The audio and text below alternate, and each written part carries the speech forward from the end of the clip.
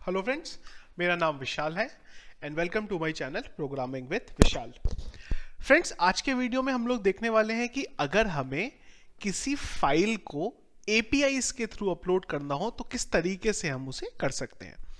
तो friends, API के बारे में मैं ऑलरेडी एक डिटेल में भी प्लेलिस्ट भी मेरी आप लोगों को अभी स्क्रीन पे दिख रही है, जिसके मैं ऑलरेडी वीडियोस भी बना चुका हूँ, जहाँ पे एपीआई क्या होता है, अगर हमें एक सिंपल एपीआई बनाना हो, साथ में टोकन ऑथेंटिकेशन को ऐड करना हो और क्रड ऑपरेशन भी परफॉर्म करने हो तो किस तरीके से हम लोग उसको कर सकते हैं। ये सारी की सारी चीज़ें मैं ऑलरेडी पहले भी जो मेरे वीडियोस हैं उनमें बता चुका हूँ आपको। एक चीज़ जो वहाँ रह गई थी वो ये थी कि अगर हमें किसी तरीके से हमारी इमेज अपलोड करनी हो एपीआई में तो वो काम हम किस तरीके से कर सकते हैं, उसी को अब हम लोग यहाँ पे देखने वाले हैं। दो काम करेंगे हम। एक तो एपीआई की हेल्प से इमेज को सर्वर पे अपलोड करेंगे और साथ ही साथ अगर उसको डेटाबेस में डालना है तो वो किस तरीके से करेंगे ये भी मैं आपको बता दूंगा। तो सबसे पहला काम, जो ये पूरे का पूरा प्रोसेस है, उसके लिए हमें एक सर्वर की ज़रूरत पड़ेगी, क्योंकि आइडियली एपीआई का मतलब ये होता है कि एक थर्ड पार्टी जगह से हमें कम्युनिकेट करना है। अगर आपको इसको टेस्ट करना है तो आप ये भी कर सकते हैं कि एक फाइल अपने लोकल होस्ट से बना लीजिए और दूसरी फाइल को भी लोकल होस्ट से बना लीजिए और दोनों को HTTP के थ्रू एक्सेस कर लीजिए। मैं यहाँ पे आपको डायरेक्टली सर्वर पे इम्प्लीमेंटेशन बताऊंगा, तो यहाँ पे मैं उसके लिए जो मेरी होस्टिंगर की होस्टिंग है वो यूज़ करने वाला हूँ। होस्टिंगर क्यों? क्योंकि बहुत अच्छा इनका सपोर्ट है, चीप रेट में अवेलेबल है और फास्ट एग्जीक्यूट होता है, इसीलिए मैं हमेशा होस्टिंगर जो है इन्हीं की होस्टिंग को प्रेफर करता हूँ। चलते हैं हम लोग हमारे सर्वर पे। यहाँ पे तो यहाँ पे सबसे पहला काम तो ये करते हैं कि एक फाइल क्रिएट कर लेते हैं। लेट्स से मैंने बोला index.php और एक फोल्डर क्रिएट कर लेते हैं, लेट्स से मीडिया नाम का। तो क्या होगा कि जब भी मैं किसी इमेज को अपलोड करूंगा तो वो मेरे सर्वर पे मीडिया के फोल्डर पे अपलोड होगी, पर वो इमेज जाएगी कहां से? हमारे लोकल होस्ट से। ये जो डेटा आपको दिख रहा है ये मैंने एक डेटाबेस क्रिएट करा था, अभी उसकी डिटेल दिख रही है, तो मैं एडिट करके ये डिटेल को अभी यहीं डाल के फिलहाल के लिए सेव कर देता हूं। सबसे पहला काम, हमें लोकल होस्ट पे एक फाइल बनानी पड़ेगी और उसके थ्रू हम लोग यहाँ से इमेज को अपलोड करा लेंगे। तो मैं एक फॉर्म टैग बना लेता हूँ, इसमें एक मेथड डाल देता हूँ पोस्ट और इसमें डाल देते हैं enc type is equal to multipart slash form data. ये मैंने यहाँ पे डाल दिया। इसके बाद इसमें एक ले लेते हैं इनपुट टाइप, ये स्पेलिंग कुछ गलत हो गई, PUT। थोड़ा सा मैं स्क्रीन को भी बड़ा कर देता हूँ, मेरे जूम कर देता हूँ इनफैक्ट। इनपुट टाइप ये हो जाएगा मेरा फाइल, इसका नाम क्या हो जाएगा? ये भी हो जाएगा मेरा फाइल। मैं डायरेक्टली आपको डॉक्यूमेंट बता रहा हूं क्योंकि टेक्स्ट किस तरीके से चलता है वो ऑलरेडी हम लोग जो पीछे के वीडियोस हैं वहां पे भी देख चुके हैं, तो उसको मैं यहाँ पे अवॉइड कर रहा हूं। तो मैंने यहाँ पे एक फाइल बनाई और एक यहाँ पे सबमिट का बटन बनाया, कॉपी पेस्ट, इसको कर देते हैं इनपुट टाइप सबमिट और इसका नाम भी डाल देते हैं इनपुट टाइप सबमिट। टॉप पे चलते हैं। जब भी हमारा फॉर्म ये सबमिट होगा तो हम इधर आएंगे और यहां से बोल देंगे इफ सेट $_post सबमिट। तो जब भी ये सबमिट होगा हम इधर की तरफ आएंगे। अब यहां पे हमें कर्ल के थ्रू हमारा जो सर्वर है उससे कम्युनिकेट करना है। तो यूआरएल क्या है मेरी फाइल का? अगर मैं ये फाइल को एडिट करूं तो ये मेरा यूआरएल बन रहा है, मतलब ये मेरा यूआरएल है यहाँ पे जिसे मुझे एग्जीक्यूट करना है। तो मैं एक यूआरएल नाम से वेरिएबल बना देता हूँ, वहां पे जो मेरा फुल पाथ है वो डाल देता हूँ। इसके बाद सबसे पहला काम तो हमें ये चेक करना पड़ेगा कि यूजर ने जो फाइल अपलोड करी है वो फाइल क्या है। आइडियली हमें ये करना चाहिए कि अगर यहाँ पे यूजर कोई ऐसी फाइल डाल रहा है जिस फाइल को हम अपलोड नहीं कराना चाहते तो वो चलनी ही नहीं चाहिए यहाँ पे।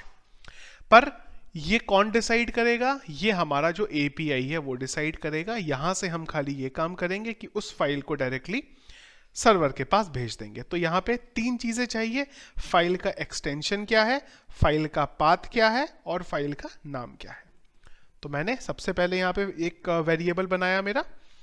इससे भी पहले एक काम करते हैं, जो डेटा आ रहा है वो मैं आपको दिखा देता हूँ। यहाँ पे क्या डेटा मुझे मिल रहा है, print_r $_files, क्योंकि अगर फाइल अपलोड करनी है तो $_फाइल का यूज करना पड़ेगा। मैं चलता हूं इधर PHP और यहां से मैं डाल देता हूं फोल्डर मेरा कौन सा है मैं देख लेता हूँ। फोल्डर है मेरा API फाइल, तो मैंने डाला यहाँ पे API_फाइल। API फाइल अपलोड नाम से जो फोल्डर था वो यहाँ आ गया। अब यहाँ से मैं अगर कोई भी फाइल को सिलेक्ट करता हूँ, लेट्स से इंडेक्स की फाइल को ही सिलेक्ट कर लेते हैं। हम इधर आए, ये जो इंडेक्स की फाइल है इसी को सिलेक्ट करके मैंने सबमिट करा, तो ये डेटा जो था मुझे यहाँ पे मिल गया। एक काम कर लेते हैं, कोई एक दूसरी इमेज यूज कर लेते हैं, let's say nature images. Nature image में चलते हैं और कोई भी एक इमेज में यहां से ले लेता हूं, इसको ओपन करते हैं और ये इमेज को मैं मेरे यही फोल्डर में डाल देता हूं। सेव एज, सॉरी एक्सटेंशन मुझे एक्चुअली में मेरा थोड़ा गलत हो गया, तो मैं छोटी कोई इमेज ले लेता हूं, ये ले लेते हैं। चलिए सेव एज, ये वाली इमेज को मैं ले लेता हूं और सेव एज सर्वर पे डाल देते हैं। चलिए ये आया, इसको मैं हटाता हूं, इसको खाली लेता हूं। चलते हैं एक बार फिर से, दोबारा पेज को हिट और इमेज को सिलेक्ट करते हैं और सबमिट करते हैं। तो ये मुझे डेटा जो था इसका मिल रहा है। मुझे नेम, टाइप और इसका टेम्प जो है इससे भेजना पड़ेगा हमारे API को, तो मैं सारे वेरिएबल बना लेता हूं। Name is equal to $_files file और इसके आगे नेम। कॉपी करेंगे इस लाइन को और 3 बार पेस्ट कर देंगे। क्या क्या? Temp name and temp name. Type, इधर भी टाइप, इधर भी टाइप। अब ये जो डेटा है इसको मुझे कर्ल के थ्रू बेसिकली भेजना है, तो सबसे पहले तो कर्ल के लिए एक वेरिएबल बना लेते हैं। ch is equal to curl_init। इसके बाद ये जो सारा का सारा डेटा है इसको हमें भेजना पड़ेगा, उसके लिए मैं एक वेरिएबल बनाता हूं डेटा, और यही एक्चुअल में जो मेन कहानी है वो है हमारी यहां पे। तो मैंने एक एरे बनाई और इस एरे के अंदर मैंने बोला कि फाइल नाम से जो मेरा इंडेक्स है वो बनेगा, और कर्ल के थ्रू अगर हमें डेटा मीडिया का भेजना है तो हमें बोलना पड़ेगा curl_file_create। और यहां पे हमारा फाइल का नाम क्या है, उसका टेम्प क्या है और उसका टाइप क्या है, वो सारी चीजें पैरामीटर में भेजनी पड़ेंगी। सबसे पहले आ जाएगा टेम्प, इसके बाद आ जाएगा इसका नाम, सॉरी इसका टाइप, और इसके बाद आ जाएगा इसका नाम। चलिए ये लेके हमने एक वेरिएबल बनाया यहां पे डेटा नाम से। इसके बाद हमें इसको URL जो है वो सेट करना पड़ेगा। curl_set opt $ch में हमें बोलना पड़ेगा कल और कल का पाथ सेट करना पड़ेगा curl opt_url, और यहां पे हम लोग जो URL नाम का मेरा वेरिएबल है उसको सेट कर देते हैं। तो यहां से हमने ये बताया कि हमारे ये कर्ल की रिक्वेस्ट का जो URL होगा वो क्या होने वाला है। इसके बाद हमें हमारा डेटा भेजना पड़ेगा, तो मैं यहां पे बोल देता हूं curl_set opt $ch, और जो डेटा भेजना है उसके लिए post FILEDS post field curl_set opt post field. कुछ तो गड़बड़ है मेरा स्पेलिंग में, यहां पे कुछ गड़बड़ है मेरी। FIELDS क्या डेटा, डेटा नाम का जो मेरा एरे बना है यहां पे वो डेटा भेज दिया जाए।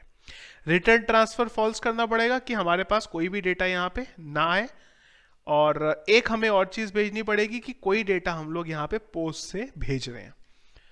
उसके लिए मैं इधर चलूंगा और इसको 1 कर देता हूं कि पोस्ट के थ्रू हमारा जो एक डेटा है वो यहां पे जा रहा है। इसके बाद जब हमें कर्ल के थ्रू भेजना है तो हमें एक यहां पे हेडर भी सेट करना पड़ेगा। कैसे?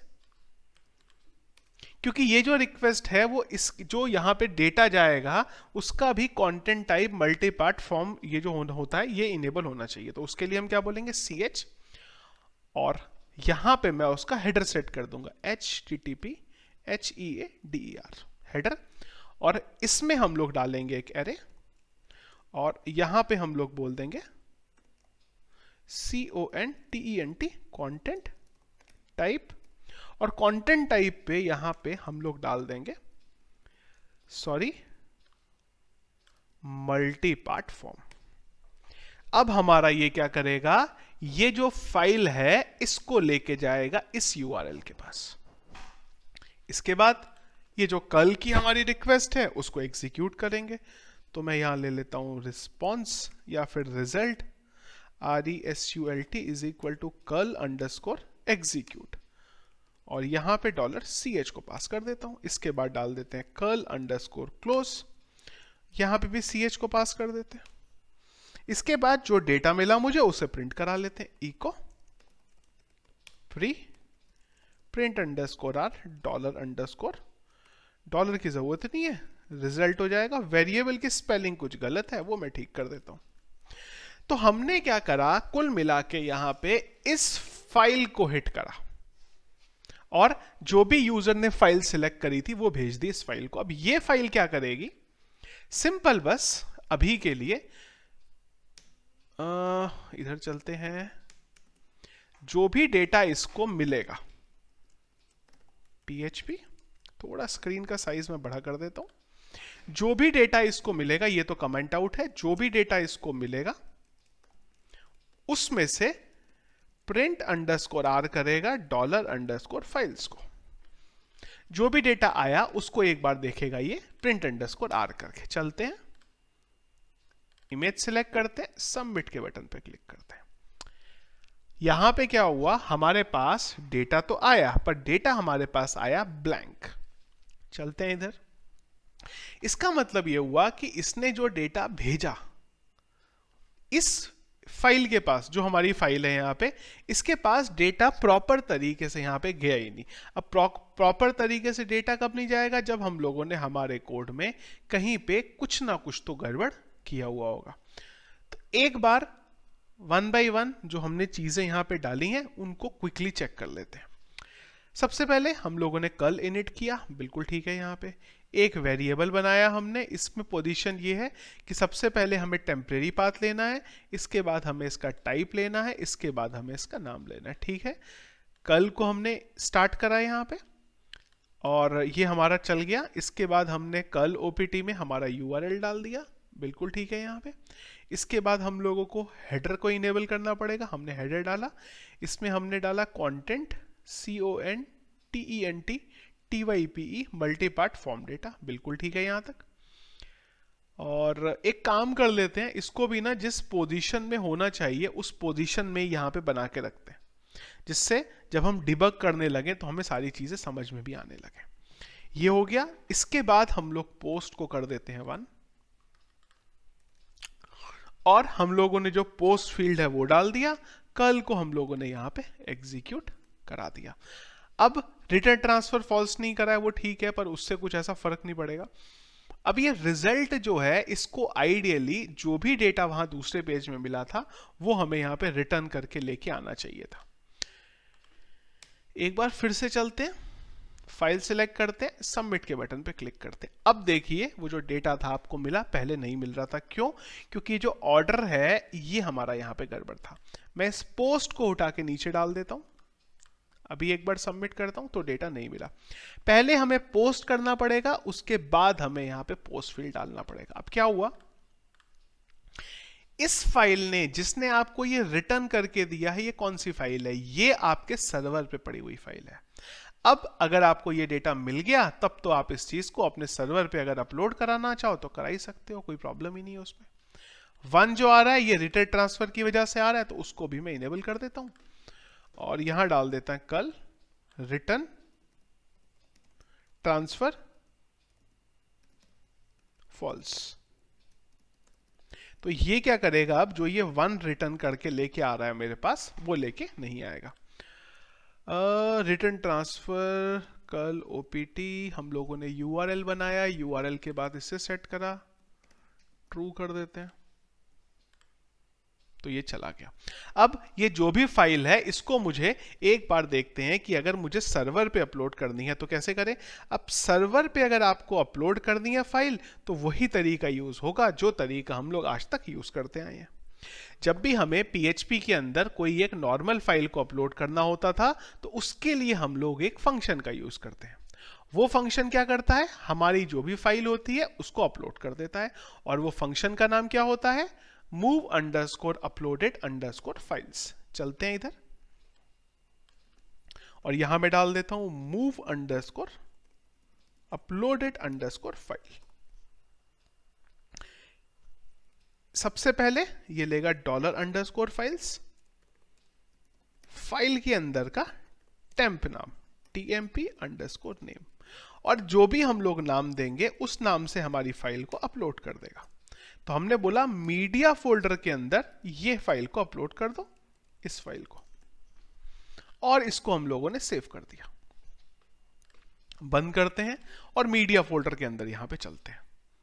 इधर आए, थोड़ा सा मैं इसको छोटा करता हूं स्क्रीन को, और हिट करा, फाइल सिलेक्ट करी, सबमिट के बटन पे क्लिक करा। जैसे ही सबमिट के बटन पे मेरा क्लिक हुआ, हम इधर आए और यहां पे हमने रिफ्रेश करा, और अब आप देख सकते हैं कि ये फाइल जो थी आपकी सर्वर पे अपलोड हो गई। तो ये हमारा चला यहां पे API, किस तरीके से लोकल होस्ट पे पड़ी हुई फाइल को हम लोगों ने सर्वर पे यहां पे अपलोड करा। ये कोड आप यूज कर सकते हैं जब भी आपको उसे अपलोड करना है। अभी यहां पे कुछ छोटी छोटी चीजें रह गई हैं, जैसे कि मेरे वैलिडेशन रह गए हैं। हम ये चाहते हैं कि यूजर खाली JPG अपलोड कर सकता है, उसके अलावा कोई अपलोड नहीं कर सकता। अगर वो PHP की फाइल डाले या कुछ और करे तो उसे यहां पे एक मैसेज आ जाए बेसिकली कि भाई ये जो फाइल आप यहां पे यूज कर रहे हो वो फाइल आप यूज नहीं कर सकते। चलते हैं फिर से इंडेक्स की फाइल खोलते हैं। तो यहां पे हमें कुछ यहां वैलिडेशंस जो है बेसिक से लगाने पड़ेंगे फाइल का एक्सटेंशन चेक करने के लिए। तो अगर आपको अपने फाइल का एक्सटेंशन निकालना है तो उसके लिए सबसे पहले तो यहां पे एक वेरिएबल बनाते हैं ext एक्सटेंशन निकालने के लिए, और हम लोग यहां पे बोल सकते हैं str to lower और path info नाम का फंक्शन जो हमारी फाइल है उसका हमें एक्सटेंशन निकाल के देता है। तो हमने बोला ये हमारी फाइल है, ये हमारी फाइल है, इसका हमें निकाल के दो path info underscore extension EXTENSION।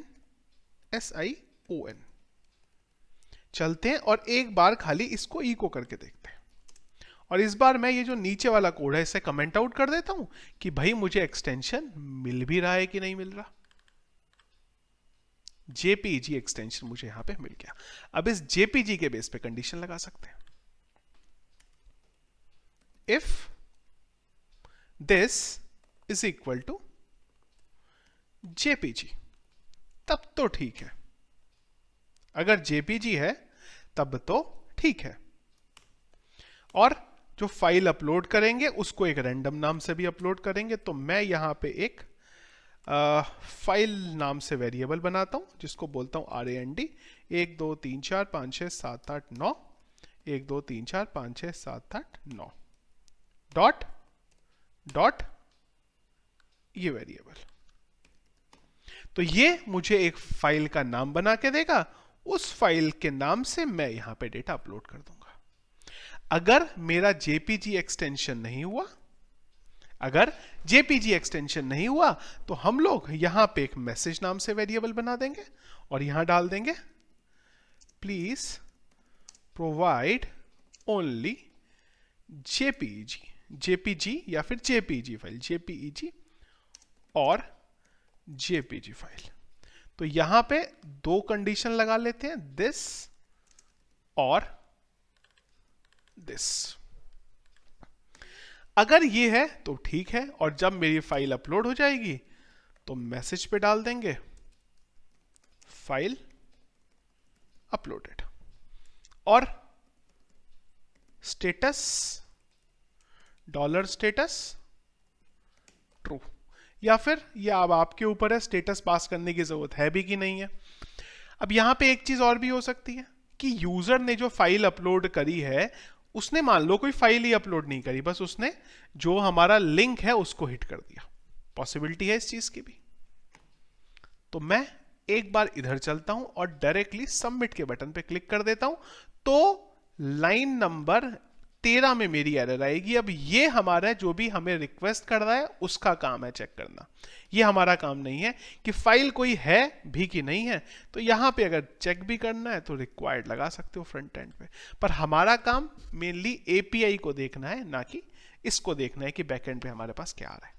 इसके साथ साथ एक कंडीशन और भी लगा सकते हो कि अगर ये वैल्यू ही ब्लैंक मिली, मतलब यूजर ने कोई इमेज ही सिलेक्ट नहीं करी, if this is equal to blank, अगर ये चीज ही ब्लैंक हुई तो हम लोग डॉलर मैसेज की पे लिख देंगे प्लीज प्रोवाइड फाइल, और एल्स में मेरा ये सारा का सारा कोड एग्जीक्यूट हो जाएगा, एल्स दिस थिंग। अब ये मेरे पास वेरिएबल बना, तो मैं यहां पे बोल देता हूं इको जेसन अंडरस्कोर इनकोड, और यहां पे मैं एक एरे बनाता हूं और यहां पे मैं डाल देता हूं मैसेज डॉलर मैसेज। अब इस मैसेज के बेस पे जो भी कुछ कहानी है हम यहां पे कर देंगे, इसको कर देते हैं सेव। मैसेज नाम से हमें डेटा मिलेगा, हम लोगों ने रिक्वेस्ट परफॉर्म करी, सब कुछ देखा, हम आए, हमने इसे हिट करा, लेट्स से हम लोगों ने पीएचपी फाइल को लिया और सबमिट के बटन पे क्लिक करा, तो हमारे पास ये डेटा आ गया। अब ये जो डेटा आया ये किस फॉर्म में है, जेसन की फॉर्म में है, तो मैं यहां बोल सकता हूं this is equal to JSON underscore decode, और जो भी इससे मैसेज मिला है वो रिटर्न कर दिया जाए, इको रिजल्ट एमएसजी। चलेंगे, रीलोड करेंगे, फाइल सिलेक्ट करते हैं, एक बार सबमिट करते हैं। अच्छा ये क्या आ गया, इस पे डाल देते हैं ट्रू। एक्चुअली शायद ऑब्जेक्ट की फॉर्म में मुझे डेटा मिल रहा होगा, वो इसलिए एरर आ रहा होगा मेरा। इधर चलते हैं, सिलेक्ट करते हैं, सबमिट करते हैं, तो मेरे पास ये आ गया। और अगर मैंने वैलिड फाइल ली और सबमिट करी तो मुझे आ जाएगा फाइल अपलोडेड। इस फाइल को एक बार क्रॉस करते हैं, मीडिया के अंदर चलते हैं, तो ये फाइल मेरी यहां पे जो थी अपलोड हो गई। फिलहाल इसको और इसको डिलीट करते हैं, और अब सेम डेटा को अगर आपको डेटाबेस में भी डालना है तो वो भी कर सकते हैं। इंडेक्स की फाइल पे चलते हैं, ये मैंने ऑलरेडी डेटाबेस बनाया हुआ है, तो मैं यहां पे एक टेबल बना लेता हूं। Let's say API images, 2-3 field ले लेते हैं, आईडी, क्या इमेज का नाम है, और क्या डेट को ये इमेज सबमिट हुई थी, तो यहां पे मैंने डाल दिया। कहां गया, डेट टाइम, इमेज पे वेरिकेयर कर देते हैं और 255 साइज कर देते हैं, इसको प्राइमरी की कर देते हैं और इसके साथ ऑटो इंक्रीमेंट कर देते हैं और सेव कर देते हैं। तो ये मेरी टेबल है जिसके अंदर मुझे डेटा डालना है। सबसे पहले जब डेटा इंसर्ट हुआ वो टाइम पे हमें कनेक्टिविटी भी चाहिए, तो कनेक्टिविटी ऊपर ही बना लेते हैं, con is equal to MySQLi underscore connect.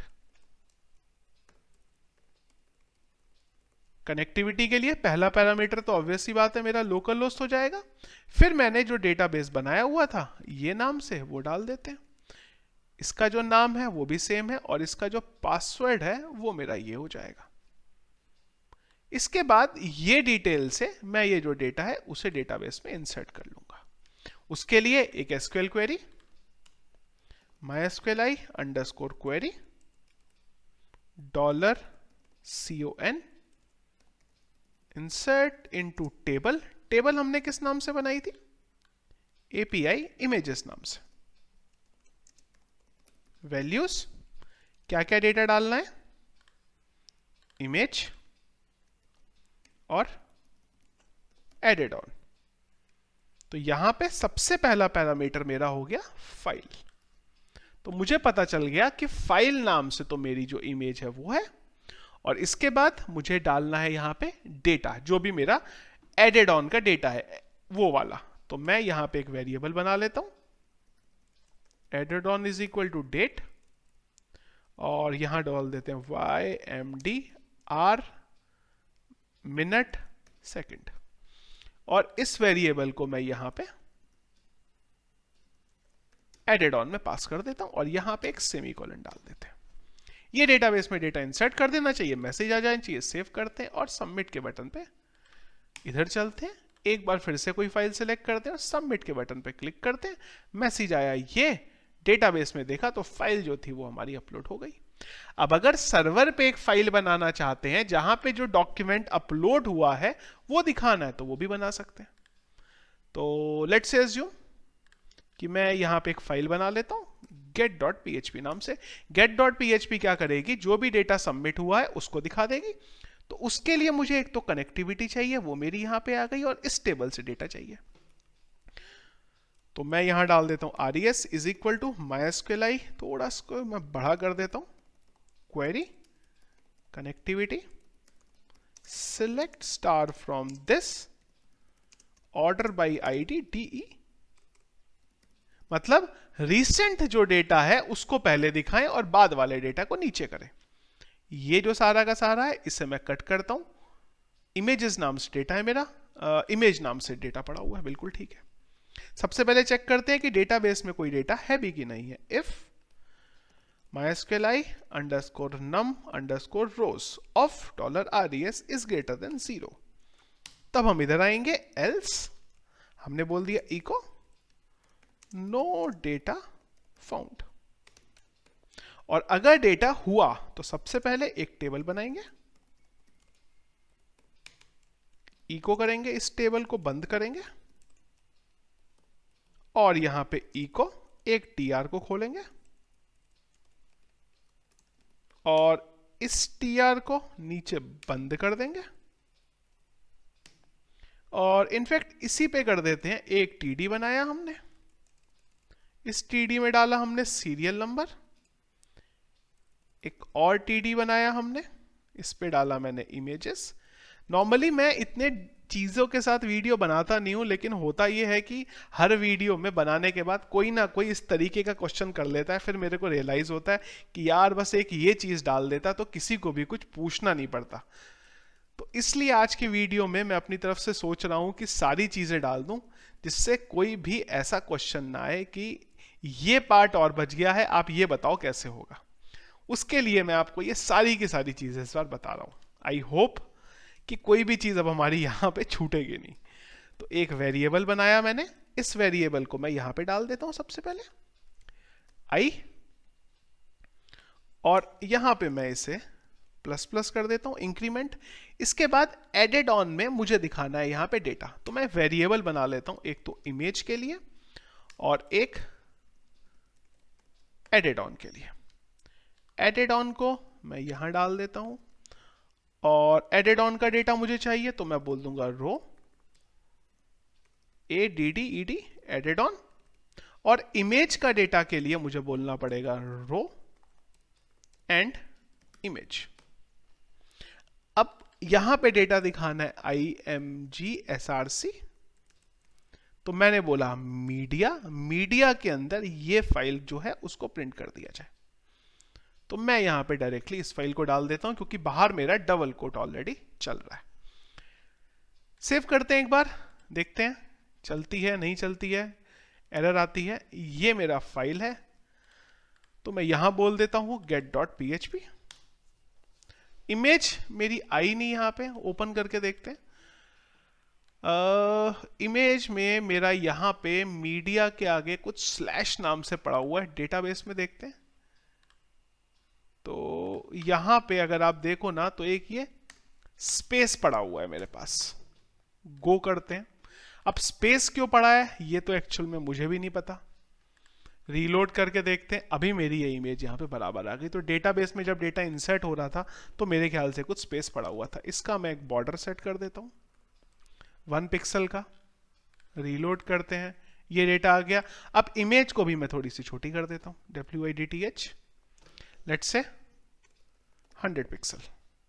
Save, छोटा डेटा आ गया मेरे पास, या बड़ा करना है तो डेट का फॉर्मेट भी अगर आपको करना है तो यहाँ पे इसको कन्वर्ट कर लेंगे str to टाइम में ये क्या करेगा, मुझे मेरा जो डेटा है वो सेकंड्स में निकाल के यहां पे दे देगा। तो मैं बोलूंगा डेट,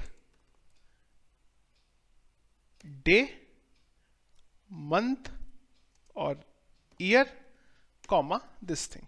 तो ये मेरी जो भी डेट है उसको मेरे फॉर्मेट के अकॉर्डिंग यहां पे निकाल के दे देगा। अब इमेज आपकी ये आ गई, ये आ गई। एक चीज और भी कर देते हैं, क्योंकि मैंने बोला आपको कि इस बार मैं पूरी कोशिश करूंगा कि कोई भी चीज छोड़ू ना। एक हाइपरलिंक भी दे देते हैं, जिससे कि जब कोई इस पे क्लिक करेगा तो इसका डिटेल व्यू जो है नए टैब में खुल जाएगा। इसे हटाते हैं और यहां पे एक तो बोल देते हैं target is equal to underscore blank and this, reload. अब आप क्लिक करोगे तो इमेज जो है आपकी नए टैब में खुल जाएगी, अदरवाइज आपकी यहीं पे रहेगी। इधर चलते हैं, कोई एक और इमेज डाउनलोड करते हैं, नेचर इमेजेस, और कोई दूसरी इमेज ले लेते हैं इस बार। लेट्स से ये ले लेते हैं, शटरस्टॉक की इमेज है, ये ले लेते हैं। चलिए इसको सेव कर देते हैं हम लोग। शायद ये पहले भी ली थी, ये जेपीजी एक्सटेंशन में है नहीं, ये बहुत बड़ी हो रही है, मुझे छोटी थोड़ी इमेज चाहिए, ये ले लेते हैं। चलिए ये बिल्कुल ठीक है इमेज।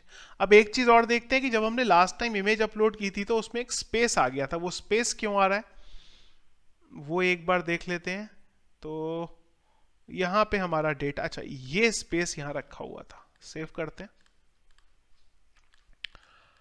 फोल्डर में चलते हैं, फाइल पे चलते हैं हमारे, यहां से मैं ये इमेज सेलेक्ट करता हूं, सबमिट के बटन पे क्लिक करता हूं, डेटा अपडेट बताया, इधर आए ये दिखाया, और इधर आए तो ये हमारी जो इमेज है वो हमें यहाँ पे अपलोडेड दिखाती।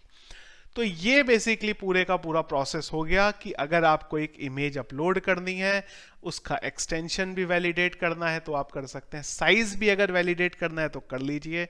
उसके लिए साइज वाला जो पैरामीटर होता है वहां से आप उसे वैलिडेट कर सकते हैं। तो फ्रेंड्स ये था हमारा आज का वीडियो, एक कंप्लीट वीडियो जहां पे हम लोगों ने देखा किस तरीके से हम लोग PHP में किसी एक मीडिया को API की हेल्प से सर्वर पे अपलोड करते हैं, जहां पे जो होस्टिंग है मेरी वो मैं होस्टिंगर की यूज कर रहा हूं। आप देख सकते हैं यहाँ पे कि जो स्पीड है वो बहुत फटक से चल रहा है। अगर आप यहाँ देखें तो एक्चुअल में आपको पता नहीं चलेगा कि ये लोकल होस्ट पे चल रहा है कि सर्वर पे चल रहा है, और ये क्यों है, क्योंकि होस्टिंग जो है वो मेरी बहुत बढ़िया है। तो आपके केस में अगर होस्टिंग प्रोवाइडर जो भी आप होस्टिंग ले रहे हैं वो फास्ट एग्जीक्यूट नहीं होती है तो वेबसाइट स्लो हो सकती है, तो अच्छी होस्टिंग लीजिएगा, अच्छा रहेगा आपके साथ। होस्टिंग अगर आप परचेज करना चाहते हैं तो उसका लिंक आपको वीडियो के मेरे डिस्क्रिप्शन पे मिल जाएगा, और उसके साथ एक आपको कोड भी मिल जाएगा प्रोग्रामिंग विद विशाल नाम से। अगर चेकआउट के टाइम पे आप वो कोड यूज करेंगे तो आपको एडिशनल डिस्काउंट भी मिल जाएगा। और ये पूरे का प्रोसेस आप तभी एग्जीक्यूट कर सकते हैं जब आप मेरे डिस्क्रिप्शन पे होस्टिंगर के दिए हुए लिंक पे क्लिक करके होस्टिंग परचेज करते हैं। तो फ्रेंड्स ये था हमारा आज का वीडियो। आई होप जो मैंने आपको चीजें बताई हैं आपको क्लियर हुई होंगी। कहीं पे कोई डाउट है, क्वेश्चन है तो प्लीज वीडियो के कमेंट बॉक्स में मुझे बताइए। वीडियो अगर पसंद आया तो प्लीज इसको लाइक और शेयर जरूर करिए। सोर्स कोड आपको वीडियो के डिस्क्रिप्शन पे मिल जाएगा, वहां से आप डाउनलोड कर सकते हैं। चैनल अगर आपने हमारा अभी तक सब्सक्राइब नहीं किया है तो प्लीज उसे सब्सक्राइब कर लीजिए। Thank you.